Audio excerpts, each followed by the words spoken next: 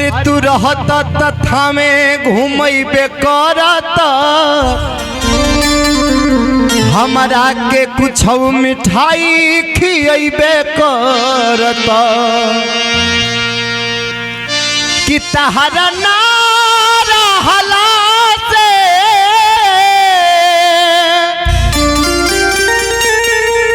अरे बड़ी बुझात बा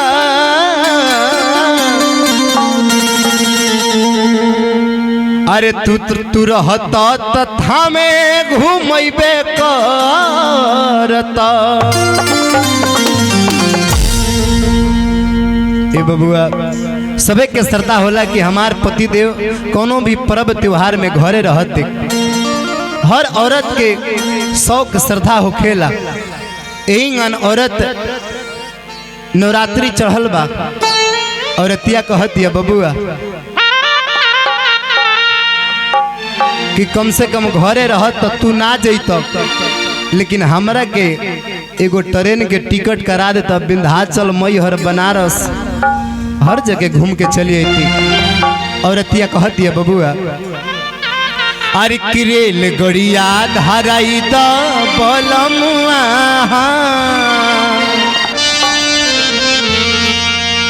अरे कि रेल गड़िया धराई द बलमुआ जाइब थामे धाम नगरी। अरे धाम नगरी सैया धाम नगरी अरे कि धाम नगरी सैया धाम नगरी अरे तय गोटी कतनु हो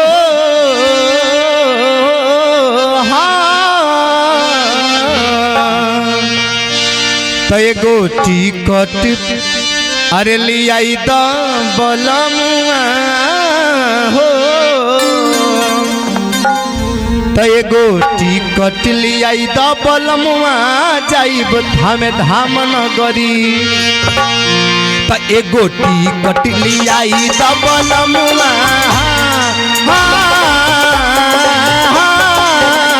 एगो टिकट लियाई द बलमुआ जाइब थामे धाम नगरी।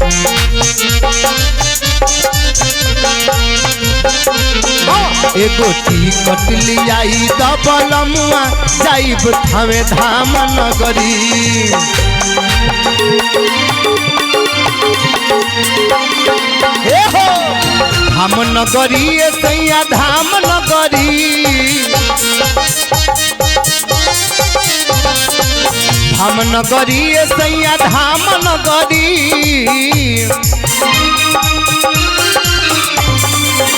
त एगो टिकट त एगो नारियल लियाई द बलमुआ जाइब थामे धाम नगरी।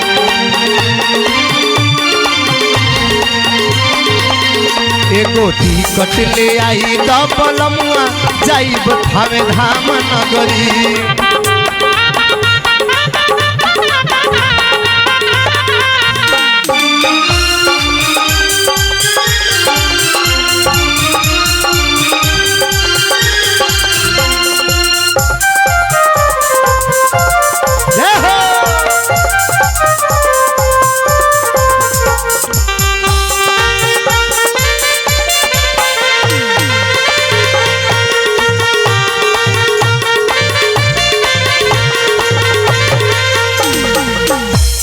और कहती है बबुआ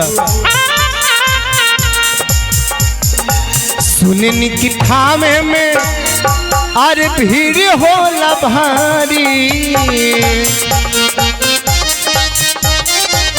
सुननी की थामे में भीड़ होला भारी जदि राजा चली जाइब माई के दुआरी सुननी की थामे में भीड़ होला भारी जदि राजा चली जाइब माई के दुआरी। अरे एगो चुनरी नु हो एगो चुनरी त एगो नारियल त तनी टेम्पू धराई द बलमुआ जाइब थामे धाम नगरी।